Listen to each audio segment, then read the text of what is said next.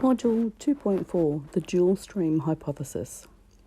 There are two visual processing pathways, each fulfilling a different purpose: the dorsal stream and the ventral stream.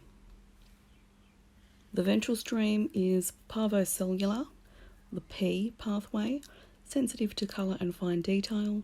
Most input comes from cones. And the dorsal stream is magnocellular, M pathway, sensitive to motion and dim light. Most input comes from rods. The dorsal pathway is the how stream. Vision for action, egocentric, dependent on the observer's perspective, short-lived representations, usually unconscious, bottom-up visual guidance, faster processing.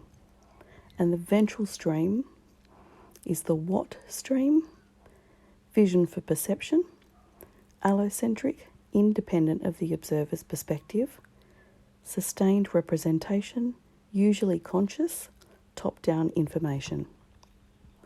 While these pathways predominantly serve different functions, they interact together to help us navigate the world.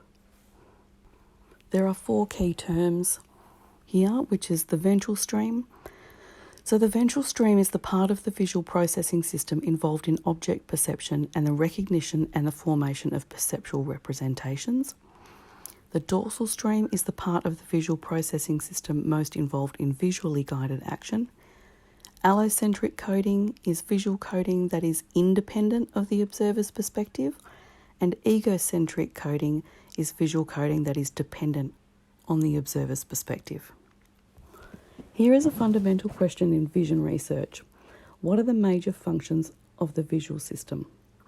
Historically, the most popular answer was that the visual system provides us with an internal and typically conscious representation of the world outside. Milner and Goodale argue that there are two visual systems, each fulfilling a different function or purpose. Their theoretical views represent the development of previous accounts. First, there is the vision for perception, or the what system, based on the ventral stream or pathway.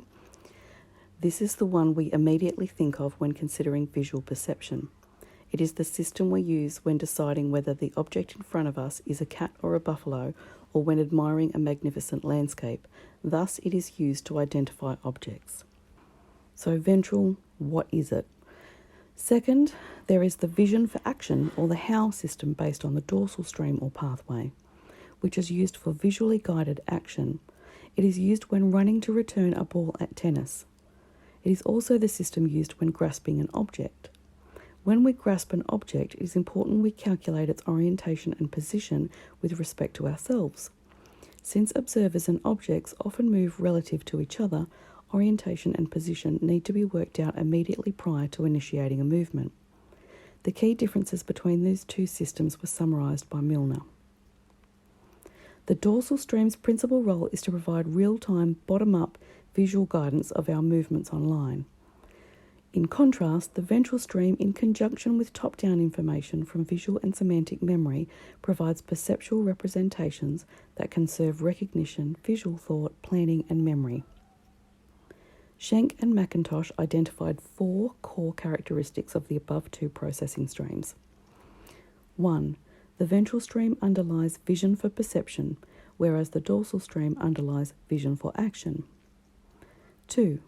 Coding in the ventral stream is allocentric, which is object-centered, independent of the observer's perspective, whereas dorsal coding is egocentric, which is body-centered, dependent on the observer's perspective. 3. Representations in the ventral stream are sustained over time, whereas those in the dorsal stream are short-lasting. 4. Processing in the ventral stream typically, but by no means always, leads to conscious awareness, whereas processing in the dorsal stream does not. Finally, there are two other differences assumed theoretically between the two visual systems. First, processing in the dorsal stream is faster than in the ventral stream. Second, processing in the ventral stream depends more on input from the fovea, which is the central part of the retina used for detecting detail, than does dorsal processing.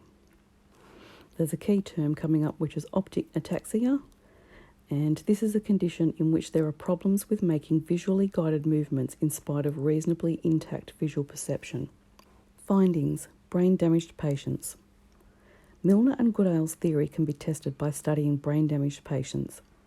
Patients with damage to the dorsal pathway should have reasonably intact vision for perception, but severely impaired vision for action. The opposite pattern of intact vision for action, but very poor vision for perception, should be found in patients with damage to the ventral pathway. Thus, there should be a double dissociation. Of relevance to the theory are patients with optic ataxia, who have damage to the posterior parietal cortex. See Figure 2.9 on page 49. Patients with optic ataxia are poor at making precise visually guided movements in spite of the fact that their vision and ability to move their arms are essentially intact. Perinen and Vigetto found patients with optic ataxia had great difficulty in rotating their hands appropriately when reaching towards and into a large oriented slot in front of them. These findings fit with the theory because damage to the dorsal stream should impair visually guided action. Patients with optic ataxia do not all conform to the simple picture described in the previous paragraph. First, somewhat different regions of posterior parietal cortex are associated with reaching and grasping movements, and some patients have greater problems with one type of movement than the other. Second, some optic ataxia patients do not have severe problems with all aspects of visually guided actions. For example, Jacobson and others studied a female patient, VK, who had difficulty in grasping objects even though her initial action planning was essentially intact. Third, Picella and others argued that the notion that patients with optic ataxia have intact visual perception but impaired visually guided actions is oversimplified. When patients had access to visual feedback from their own hand, they only had severe problems with visually guided action in peripheral vision. There was much less evidence for impaired visually guided action in central vision, which is consistent with evidence indicating that many optic ataxics can drive effectively. There's a key term coming up, which is visual form agnosia, a condition in which there are severe problems in shape perception, which is what an object is, but reasonable ability to produce accurate visually guided actions. So what about patients with damage to the ventral stream only? Of relevance, here are some patients with visual form agnosia, a condition involving severe problems with object recognition, even though visual information reaches the visual cortex. Probably the most studied visual form agnostic is DF. James and others found her brain damage was in the ventral pathway or stream. See Figure 2.10. DF showed no greater activation in the ventral stream when presented with drawings of objects than with scrambled line drawings. However, she showed high levels of activation in the dorsal stream when grasping for objects. In spite of having visual acuity, DF could not identify any drawings of common objects. However, DF could accurately reach out and grasp a pencil orientated at different angles. In another study, DF held a card in her hand and looked at a circular block onto which a slot had been cut. She could not orient the card so that it would fit into the slot, suggesting she had very poor perceptual skills. However, DF performed well when moving her hand forward and inserting the card into the slot. Dickerman and others assessed DF's performance on various tasks when presented with several differently coloured objects. There were two main findings. First, DF could not distinguish accurately between the coloured objects, suggesting problems with object recognition due to damage to the ventral stream. Second, DF reached out and touched the objects as accurately as healthy individuals using information about their positions relative to her own body. This suggests her ability to use visual information to guide action using the dorsal stream was largely intact. Goodale and others gave DF two tasks. One involved distinguishing between two shapes with irregular contours, and the other involved grasping these shapes firmly between thumb and index finger. DF performed very poorly on the former task that involved visual perception. However, Goodale and others concluded that DF had no difficulty in placing her fingers on appropriate opposition points during grasping. Himmelbeck and others argue that this conclusion is unwarranted. They reanalysed DF's performance based on the data in Goodale and others, and compared it against that of 20 healthy controls. See figure 2.11. DF's performance on the grasping task was substantially inferior to that of the controls. Similar findings were obtained when DF's performance on the grasping and reaching tasks was compared against that of controls. Thus, DF has greater difficulties in visually guided action than was previously thought.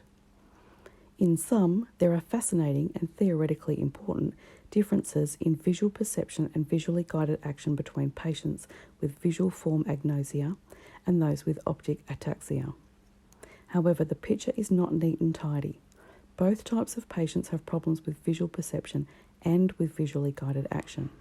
That complicates the task of making coherent sense of the findings. Visual illusions. There have been hundreds of studies of visual illusions. The Mueller-Lyer illusion, see figure 2.12, is one of the most famous. The vertical line on the left looks longer than the one on the right. In fact, however, they are the same length, as can be confirmed by using a ruler. Another well-known illusion is the Ebbinghaus illusion, see figure 2.13. In this illusion, the central circle surrounded by smaller circles looks smaller than the central circle of the same size surrounded by larger circles. In fact, the two central circles are the same size. And you should look at these, and these will be involved in one of your assessments. There are numerous other visual illusions. Their existence provides us with an intriguing paradox. How has the human species been so successful given that our visual perception processes are apparently very prone to error? Milner and Goodale offered a neat explanation. They argued that most studies on visual illusions have involved the vision for perception system. However, we most likely use the vision for action system when walking close to the precipice or dodging cars. Milner and Goodale argued that the vision for action system provides accurate information about our position relative to objects. These ideas produce a dramatic prediction. Actions, example pointing, grasping, using the vision for action system, should be unaffected by the Mueller-Lyer, Ebbinghaus, and many other visual illusions. Findings. Bruno and others carried out a meta-analysis of 33 studies involving the Mueller-Lyer illusion in which observers pointed rapidly at one of the figures. These studies were designed to involve the vision for action system, and the mean illusion effect was 5.5%. For comparison purposes, Bruno and others considered 11 studies using standard procedures, example verbal estimations of length, and involving the vision for perception system. Here, the mean illusion effect was 22.4%. The finding that the mean illusion effect was 4 times greater in the former studies clearly supports the perception action model. However, the model seems to predict no illusion effect with rapid pointing. Support for the two-system approach has also been reported with the hollow face illusion. In this illusion, a realistic hollow mask looks like a normal face. See figure 2.14. And there's a website to visit, which I will include in the description. Krolczak and others found that there was a strong illusion effect when observers drew the target position. In contrast, observers' performance was very accurate, i.e. illusion-free, when they made a flicking movement. Both findings were as predicted theoretically. In the above study, there was a third condition in which observers made a slow pointing finger movement to the target. Performance might have been expected to be accurate in this condition because it involved use of the vision for action system. However, the illusory effect was fairly strong. Why was this? According to Krolczak and others, actions may involve the vision for perception system as well as the vision for action system when preceded by conscious cognitive processes. More serious problems for the original two systems approach have accumulated in recent years. With three-dimensional versions of the visual illusions, actions made by observers including grasping as well as pointing. Evidence discussed earlier showed that pointing at the Mueller-Lyer figure was associated with a greatly reduced illusory effect. However, the situation is more complex with grasping. Franz and Jenna Vertner reviewed the evidence from studies focusing on the Mueller-Lyer illusion. The mean illusory effect was 11.2%, with the perceptual task compared to 4.4% with full visual guidance of the hand movement. In contrast, grasping occurring without the observer being able to monitor his or her hand movement was associated with an illusory effect of 9.4%. These findings probably arose because the action programming involved in grasping requires the ventral stream. Action, planning and motor responses. We have seen it is not entirely accurate to claim that vision for action depends almost entirely on the dorsal stream. Milner and Goodale argued that most tasks in which observers grasp an object involve some processing in the ventral stream, as well as in the dorsal stream. Involvement of the ventral stream is especially likely in the following circumstances. Memory is required. Example, there is a time lag between the offset of the stimulus and the start of the grasping movement. Time is available to plan the forthcoming movement. Planning which movement to make is necessary. And the action is unpracticed or awkward. Evidence that the involvement of memory can increase the involvement of the ventral stream in visually guided action was reported by Milner and others. 2 patients with optic ataxia, involving damage to the dorsal stream, made reaching and grasping movements immediately, or for a few seconds, after the offset of the target object.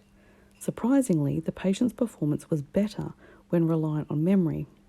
According to Milner and others, the patients did better in the memory condition because they used their intact ventral stream.